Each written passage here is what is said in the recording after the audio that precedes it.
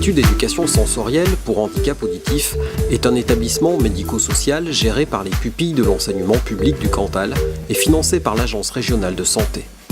Il accueille, sur orientation de la MDPH, des jeunes présentant un handicap auditif ou des troubles graves de la communication. L'accompagnement proposé au sein de l'IESHA se veut global. Il s'axe sur 3 grands domaines de compétences: la pédagogie en unité d'enseignement et en inclusion dans les classes ordinaires de l'école des Alouettes, l'éducatif et le thérapeutique. Pour répondre aux besoins des enfants, un projet personnalisé d'accompagnement est élaboré chaque année par l'équipe pluridisciplinaire en partenariat avec la famille. Il permet de fixer les objectifs et les prises en charge à mettre en œuvre dans l'accompagnement de l'enfant.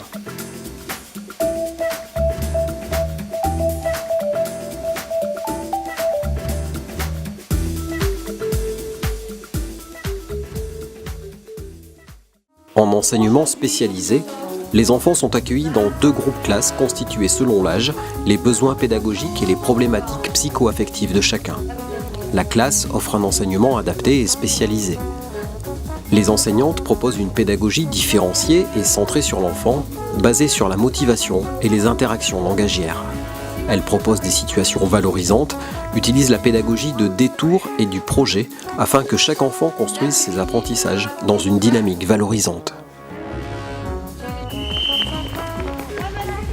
Tous les enfants pris en charge sont inclus dans une classe ordinaire de l'école des Alouettes ou d'une autre école lorsque l'accueil à l'IESHA est à temps partiel. L'inclusion se fait en fonction des besoins et capacités de chacun. Elle est facilitée par un partenariat fort avec les enseignants des classes ordinaires. Outre l'intérêt pédagogique de l'inclusion, il s'agit également de développer les capacités sociales et relationnelles des enfants au sein d'un groupe classe de plus de 20 élèves. Les activités éducatives ont pour dessein de permettre à l'enfant de prendre confiance en lui offrant des espaces de recréation de soi et de déploiement de ses zones de ressources créatrices et positives afin de se réconcilier avec lui-même et son environnement scolaire en particulier. Elles ont également pour but d'offrir toutes les modalités d'expression, verbale ou non verbale, favorisant le langage et la communication.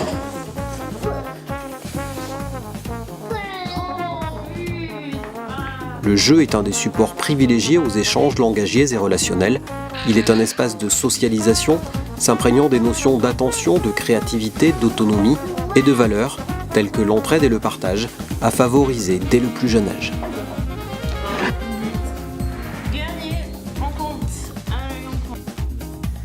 Les séances éducatives peuvent également intégrer le concept d'art-thérapie.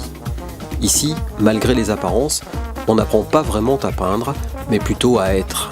Être soi-même, être mieux, voire plus, être bien avec soi et les autres. On se délivre et on se dépollue de tout ce qui est imprégné en nous en termes d'identification à l'erreur et au mal faire. Mal entendre, mal écrire, mal parler. Parfois on est rejeté, souvent on se rejette soi-même. Ici donc il n'y a pas de jugement, de c'est bien ou c'est mal. On réapprend qu'on est quelqu'un de valeur, on devient plus fort et plus libre. On s'affirme en tant que personne unique, respectable et respectueuse. On réapprend le goût d'apprendre, on retrouve l'inspiration et on grandit jusqu'à trouver notre vraie place. Le projet théâtre fait également partie intégrante de la prise en charge au sein de l'IESHA. Pour les enfants, il peut être un moyen de découverte et d'exploitation d'eux-mêmes et des autres. À travers plusieurs petits exercices, ils expriment leurs émotions par le langage gestuel, corporel et ou par la parole.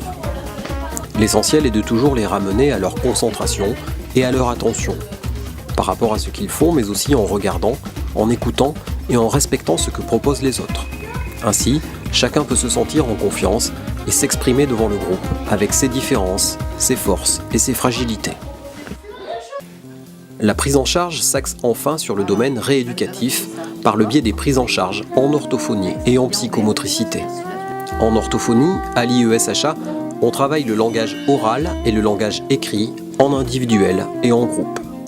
L'orthophoniste met en œuvre une prise en charge conforme à ses connaissances et conforme aux capacités de l'enfant. Il met en place des stratégies efficaces à partir du potentiel de l'enfant, stratégies très souvent basées sur le jeu.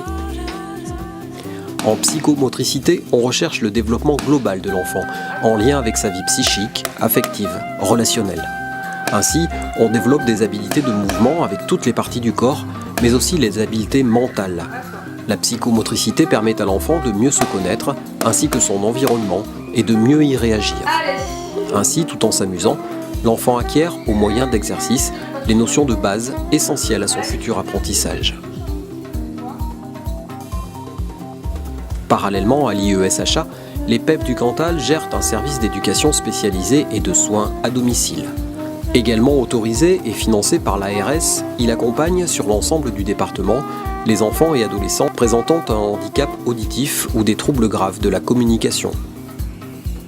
La prise en charge se veut globale. Ce sont les éducateurs spécialisés, en lien avec les différents partenaires, médecins psychiatres, psychologues, orthophonistes, psychomotriciens, corps enseignants, qui coordonnent et veillent à la mise en œuvre du projet personnalisé. L'accompagnement permettra un suivi de la scolarité, une médiation et prévention auprès des différents établissements scolaires, ainsi que la coordination des prises en charge rééducatives. Nous sommes